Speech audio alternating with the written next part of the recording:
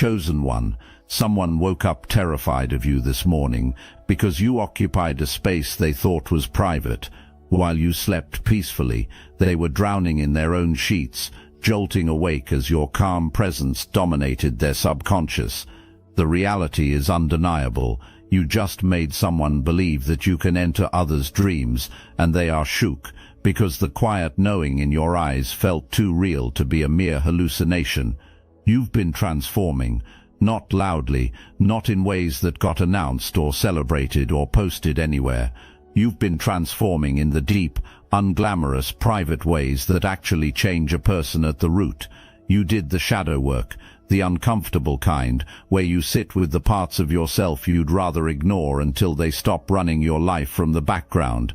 You healed wounds you'd been carrying so long you'd stopped noticing the weight. You chose truth over comfortable stories, over and over, in moments nobody witnessed and nobody applauded. And here's what that kind of work does to a person. It doesn't just change how you feel, it changes what you emit. Your energetic frequency, the invisible signal that everyone around you picks up, whether they're conscious of it or not. That signal refined itself into something that deception simply cannot coexist with comfortably. Think of it this way. You became a tuning fork for truth, and anything out of tune in your presence starts to vibrate wrong, starts to feel the friction, starts to sense that being around you means being seen, really seen, and for people who are hiding something, that is the most terrifying environment possible. They felt this shift in you. Maybe they couldn't name it. Maybe they just noticed you seemed different, quieter but more powerful, softer but somehow impossible to manipulate. Something had settled inside you that used to be available to be moved, and now it simply wasn't. That's the version of you that appeared in their dream last night. That's the version of you they woke up afraid of, and that fear is not an accident. That fear is the natural response of someone carrying a guilty secret to someone who has become fluent in truth. Their own subconscious built the dream. Their own guilt cast you as the all-seeing presence. Their own unresolved conscience handed you the knowledge they've been terrified of you having. You didn't enter their dreams. Their guilt dragged you there. When someone wrongs another person and never resolves it, never confesses, never makes it right, never even fully admits it to themselves, the person they wronged becomes permanently embedded in their subconscious. Not occasionally, not only when the guilt gets loud, permanently. Like a splinter the body cannot push out, no matter how much time passes. You start showing up in their thoughts at random moments, in the middle of a meal, right before sleep, in the pause between conversations when there's nothing to fill the silence, and in dreams. Especially in dreams, you show up with a clarity and a presence that feels supernatural, because the subconscious doesn't soften things the way the waking mind does. The subconscious delivers truth without mercy, so understand what actually happened in that dream. Their own deeper mind constructed the scene, their own guilt wrote the script, their own unresolved conscience cast you as the all-knowing presence and handed you every secret they've been locking away. You weren't the author of that dream, you were the subject, and there is a profound difference between those two things. The only way a person removes someone from their recurring dreams is by making things right with them, clearing the debt, facing the truth, taking real and accountable responsibility. That is the only exit from the haunting. And this person cannot do that. They cannot return what was taken. They cannot undo what was done. They cannot face the full weight of their choices without the entire fiction they've been living collapsing around them. So they cannot clear the dream. They cannot make you leave their sleep. They cannot stop the subconscious from dragging you back, night after night, to stand in front of them with that calm, knowing gaze. You are going to keep appearing, and every time you do, their belief that you have intentional access to their inner world gets stronger. You are not haunting them. The truth is haunting them. You just happen to be the face the truth wears. And chosen one, that is a distinction that protects you in ways you are only beginning to understand. There was money, real money, resources with your name on them, something that was yours by right, by inheritance, by agreement. by the natural flow of what you had built or what was owed to you, something that was supposed to land in your hands and change the trajectory of your life. It never arrived, because someone intercepted it. This wasn't impulsive. This person had access they earned through proximity to you, through trust you extended, through a relationship that required you to open a door that they then walked through sideways, and the story they told themselves to make it acceptable was immaculate. They weren't stealing, they were borrowing, they weren't taking, they were investing, they were going to multiply what they took, return it quietly, and nobody would ever be the wiser. You'd benefit. They'd profit from their cleverness. Everyone wins. If you felt the truth in these words, hype this video so more chosen ones like you can see it. The plan failed. Not partially, catastrophically. Your money evaporated. The opportunity collapsed. Everything they touched with your resources turned to ash. And at the precise moment when a person with character would have stopped, confessed and begun to make things right, this person doubled down. They took more. They made worse decisions. They chased the loss the way desperate people chase losses, past the point of reason, past the point of return, past the point where any version of this story ends without serious consequences. Legal notices began arriving, official deadlines passed, ignored, court documents stacked up, warnings about criminal charges stopped feeling abstract and started feeling imminent. Prison is no longer a hypothetical for this person, it is a clock, and it is running. You become in their mind their last possible move. You are the one door not yet fully closed. You are the one person who might, if approached correctly, if the right buttons are pressed, if the right performance is delivered, provide some form of escape. They are not coming to make things right. They are not coming in a spirit of genuine repentance. They are coming because every other option already said no.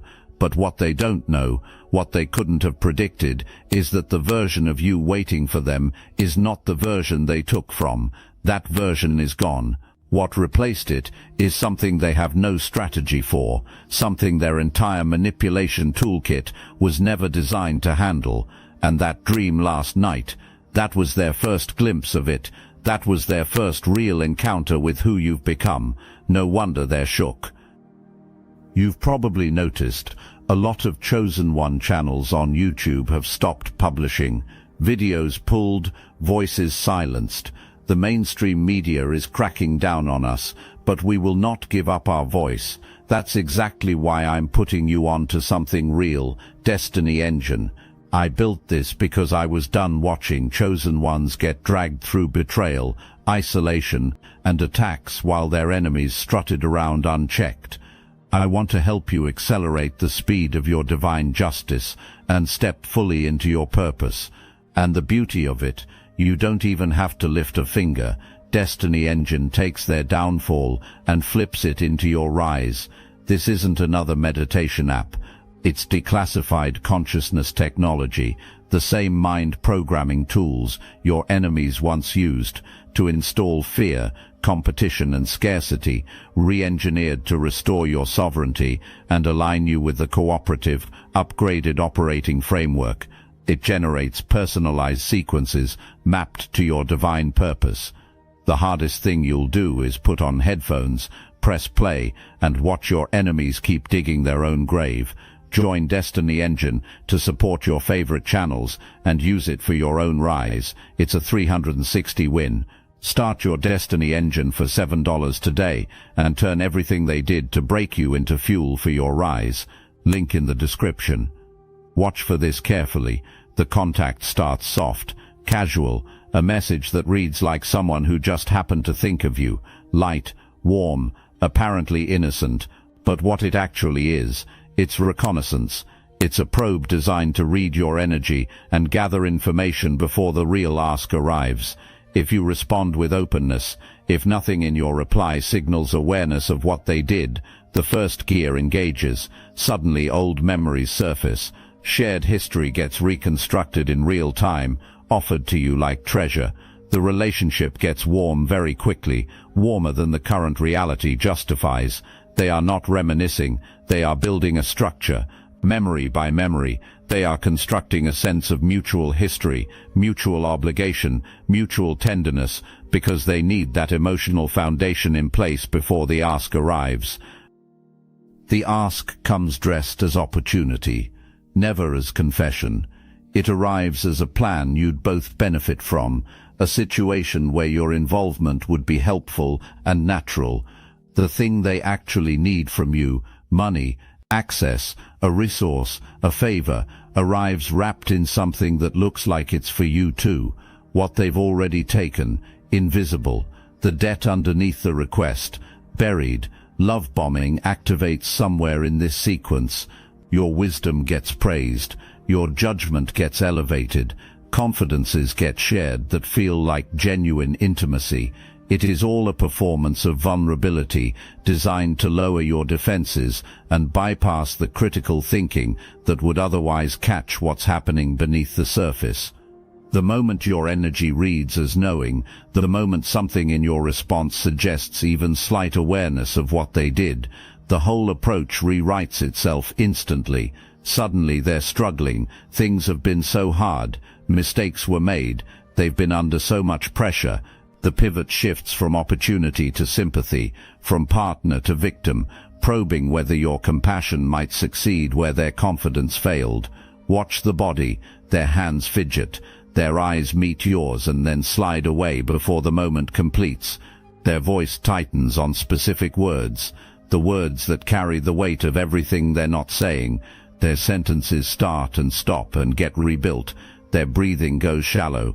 Their body goes involuntarily still every time your gaze holds a beat longer than they expected. Their body is confirming what their mind already decided. They believe you see everything. They are performing for an audience they're certain has backstage access. And because of that belief, every tell is amplified. Every crack in the performance is wider than it would be with someone they felt safe around. You don't have to say a word. Your calm is doing more interrogation than any question ever could. Now let's go deeper. You need to understand the specific layers of fear operating inside this person right now. It's not just one fear. It's stacked a whole architecture of terror, and each floor is scarier than the one below it. The top floor is reputation. They are afraid you'll tell people what they did. They are afraid that the image they've carefully constructed, trustworthy, capable, someone people rely on, will crack open in public and expose what's rotting underneath. This is ego fear. It's real, but it's the least of their concerns once you understand what sits beneath it. The second floor is legal. They know what they did has a name in a courtroom. They know what the charge is called. They've read about the consequences when nobody was watching, and they are terrified that you, with your apparent supernatural access to their secrets, might be the piece that accelerates the legal process they've been desperately trying to slow down. But the deepest flaw, the one they barely let themselves look at, is something far more primal than either of those things. They are afraid of what your existence alone proves about their own character. Think about this carefully. You went through what they put you through. You lost what they took. You had every reason to become bitter, permanently defended against a world that demonstrated it would take from you if you turned your back. You had every excuse to harden into something cynical and small, and you didn't. You healed. You grew. You chose the harder path of staying open while becoming discerning. You built something real inside yourself, out of the very material they handed you when they thought they were destroying you. That fact alone dismantles the story they've been telling themselves about why they did what they did. They told themselves they had no choice, that circumstances forced their hand, that anyone in their situation would have done the same thing. But here you are, someone who faced genuine hardship and chose differently, someone who encountered real loss and responded with real growth. Your existence is the most inconvenient evidence in the world for someone who built an identity around the story that their circumstances made them who they are. So when they look at you, especially in a dream where the subconscious strips away every defense, they are not just seeing someone who might expose their crime. They are seeing someone who already exposes their character, simply by being who you are, simply by standing there whole and clear and completely unbothered by what they tried to take. That is a level of fear that no conversation, no confession, and no manipulation strategy can fix. And that is why your calm in their presence hits like a weapon, not because you're wielding it, but because you earned it. They think you have supernatural abilities. They think you enter dreams with intention. They think you have access to their secrets through mystical channels. You earned this. Every piece of discernment you now carry, the ability to feel deception before it finishes a sentence, the capacity to read someone's energy and know immediately whether it's clean, the quiet certainty that operates beneath conscious thought and simply knows none of that fell from the sky. Every bit of it was forged in the exact experiences that tried to break you. You were tested, you were deceived, you lost something real, and instead of letting that make you hard, closed, and permanently defended, you let it make you wise. You stayed soft enough to feel things clearly while developing the discernment to know what those feelings actually meant. That combination, emotional openness alongside acute awareness, is genuinely rare. Most people who get hurt close down. Most people who get played go one of two directions. They become naive again, or they become permanently cynical. You found the third path. You stayed open and became sharp at the same time. That is the energy that appeared in their dream, not magic, not supernatural ability. That is the refined, honed, calibrated intuition of someone who has lived exactly where that lie lives, survived it, and extracted every lesson it had to offer. When their guilty subconscious needed to cast someone in the role of all-knowing witness, it chose you immediately, because on some level, deeper than conscious thought, they have always known that you see more clearly than you let on. They've always known you register things you don't always say out loud. They've always sensed that your stillness is not the absence of perception, it's the opposite of that. That knowing didn't begin last night. The dream just made them feel it in a way they couldn't dismiss when they woke up. This is your superpower, chosen one, and it has absolutely nothing to do with dreams.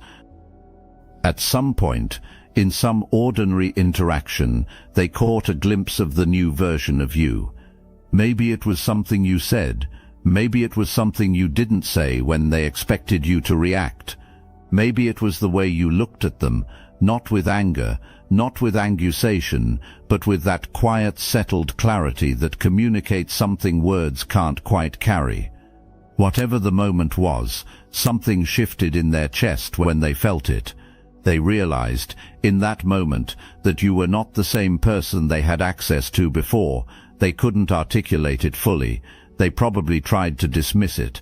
They told themselves you were just having a good day, or you seemed more confident lately, or something external must have shifted your circumstances. But the feeling didn't leave. It stayed in the back of their mind as a low, persistent signal they couldn't tune out no matter what they did. That signal followed them home. It grew louder in the quiet moments. It wove itself into the logic of their subconscious until the subconscious finally did what it always does when it needs to process something unresolved. It built a dream around it, and in that dream the signal became a full transmission. The version of you that unsettled them in that waking moment stepped fully into view, calm, present, completely and impossibly knowing, looking directly at them with the full authority of someone who sees past the performance, past the story, past every layer of protection they'd built around what they did. That's why the dream didn't fade like a normal dream, because it wasn't random. It was the culmination of every moment they felt your energy shifting and tried to look away.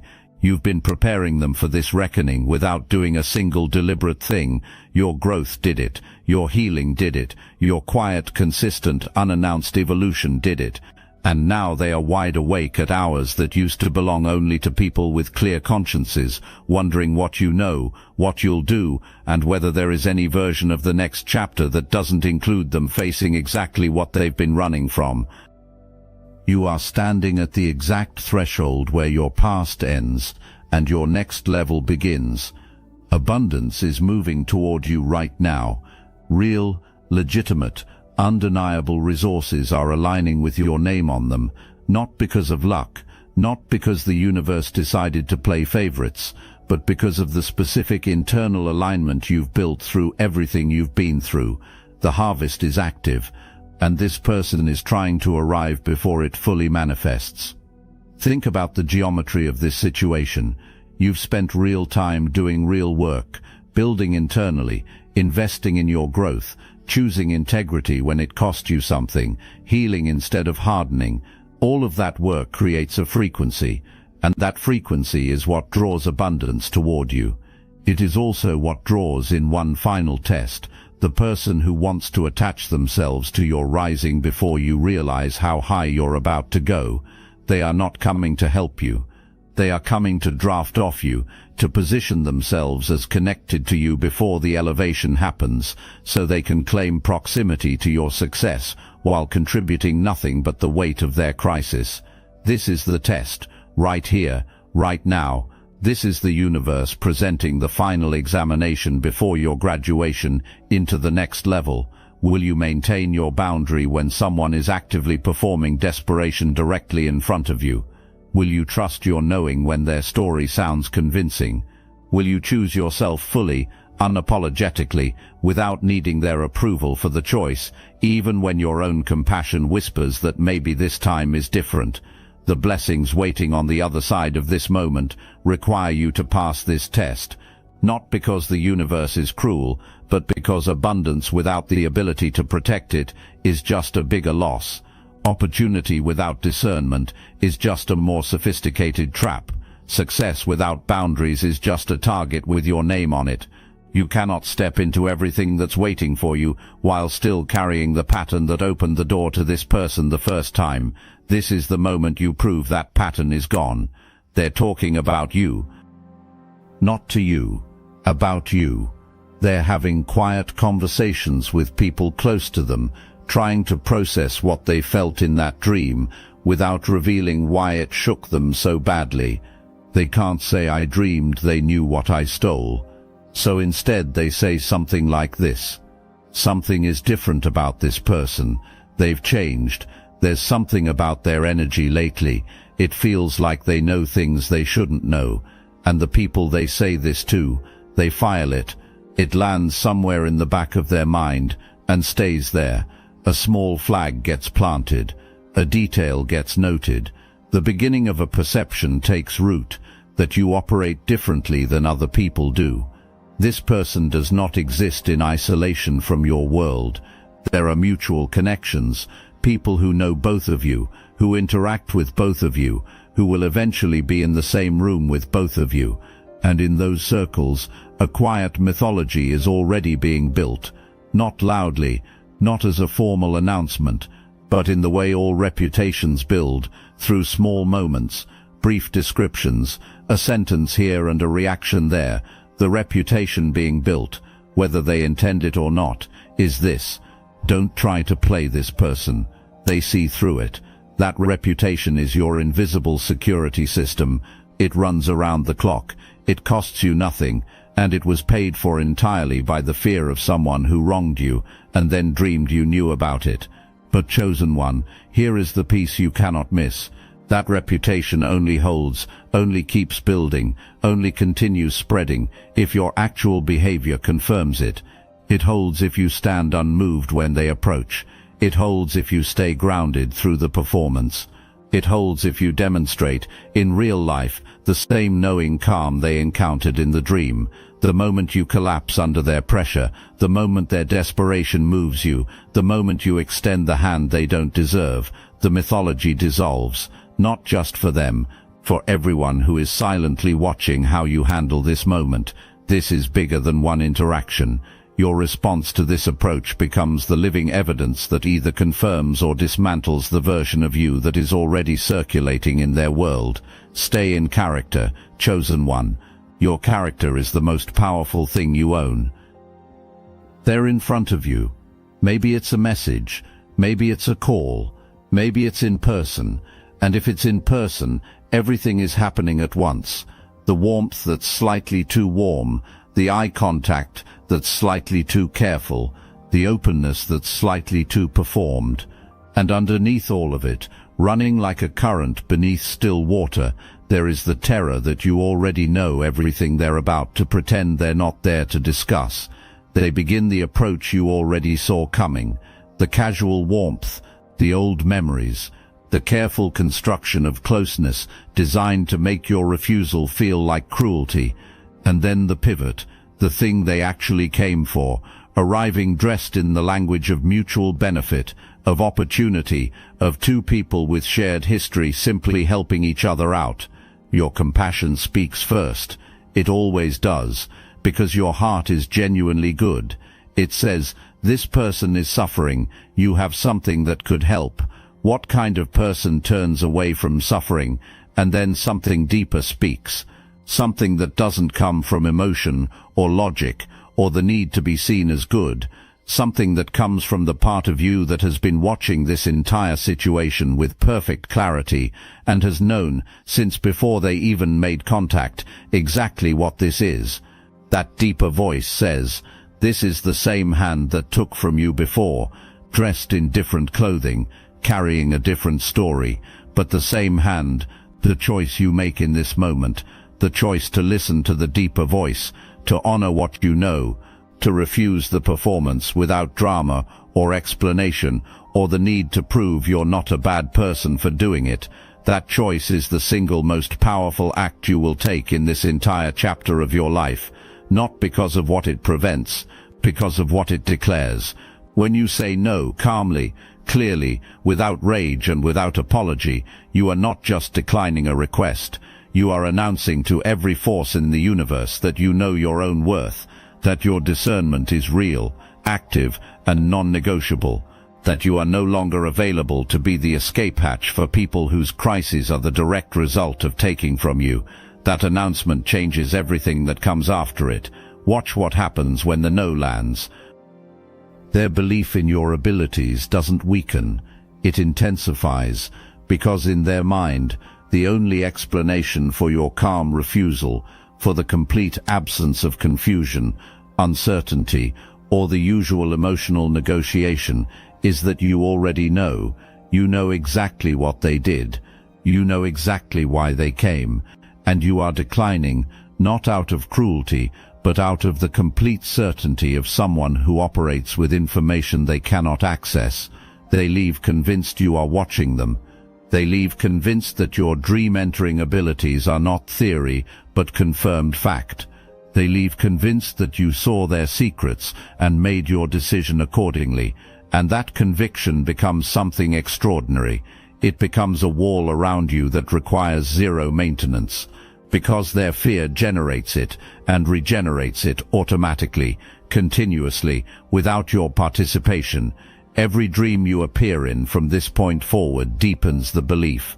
Every consequence they face, and the consequences are coming, the clock is running, gets experienced through the lens of someone who believes you arranged it, who believes your knowing is active and your response is already in motion. Let them believe it. Let that mythology exist, spread, and do the protective work that an exhausted person should never have to do manually. Retaliation becomes too risky in their mind because they're certain you'd know before it started. Lies about you carry too much danger because they're convinced you can expose the truth. Every move they might consider gets vetoed by their own internal certainty that you are 3 steps ahead. You built this protection not with aggression but with evolution, not with dominance but with wholeness, and it is permanent in a way that any external defense never could be, because it lives in them, in their guilt, their fear, their absolute conviction in your power. Neither you nor they can remove it. It belongs to the space between what they did and what they know you've become. Before the approach you appeared in their dreams as a presence, calm, knowing, standing in the dreamscape, with that quiet authority that communicated everything without speaking. After the refusal, the dreams escalate. Now you're not just standing there. Now you're watching. Now you're moving through their dream with a deliberate energy that their subconscious reads as purposeful, like you came back with a specific intention.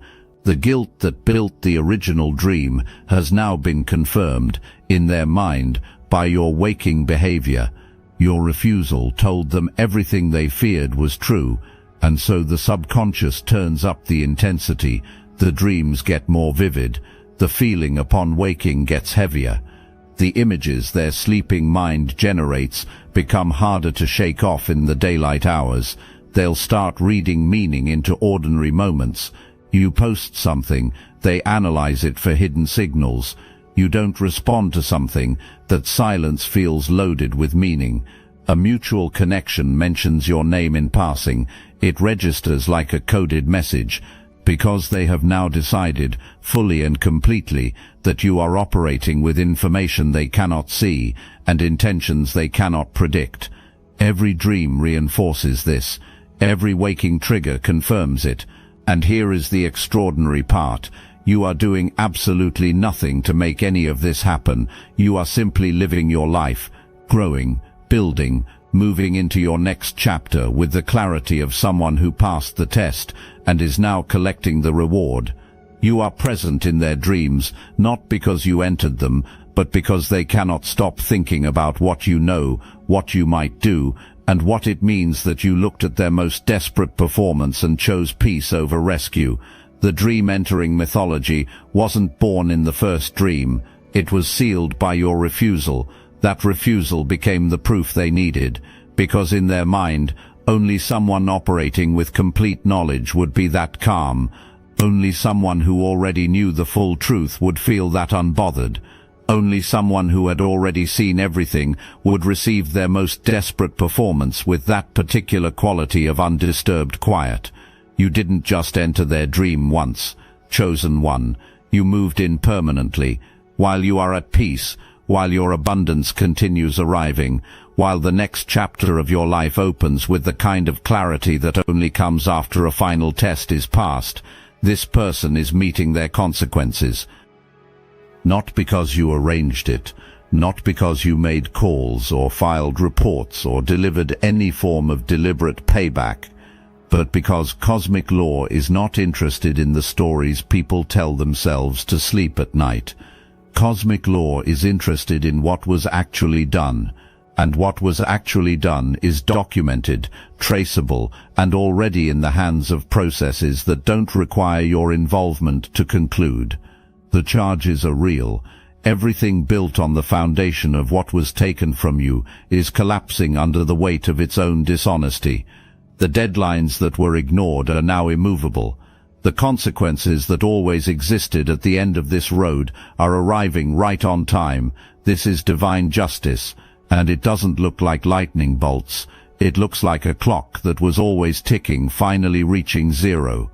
It looks like a system designed precisely for this situation, doing exactly what it was built to do. It looks like someone finally, unavoidably, having to stand in front of the results of their own choices with no exit remaining. You don't need to watch it. You don't need to be present for it. You don't need the front row seat, or the confession, or the public acknowledgement of what was done to you. You have something better than a front row seat at their collapse. You have a life that's finally, fully, completely yours, and it is opening. You are someone who got hit, genuinely hit, not metaphorically, and used the impact to accelerate. You were taken from, and you responded by building something that cannot be taken. You were underestimated by exactly the right person, at exactly the right time, which meant the underestimation didn't slow you down. It created the pressure that accelerated your transformation. The power you carry right now is not the power of someone who won because their opponent was weak. It is the power of someone who won because they did the work, because they chose growth when collapse was available, because they refined themselves through genuine struggle into something precise and grounded and completely their own. Real power is not loud. Real power doesn't announce itself. Real power is so settled in itself that it doesn't need the room to know it's there, but the room always knows. Real power is not the ability to dominate others. It is the inability to be dominated. It is the unshakable, internally generated certainty that comes from knowing who you are, all the way down to the foundation. That certainty is what they felt in the dream. That's what woke them up. Not because you threatened them, but because your certainty made their uncertainty unbearable, because your peace made their chaos visible. Because your wholeness, your complete, earned, unperformable wholeness, is the exact mirror that someone carrying their level of guilt cannot look into without flinching. You don't need them to be afraid of you. You don't need to manage their perception, or maintain the mythology, or do anything at all to sustain the protection their fear provides.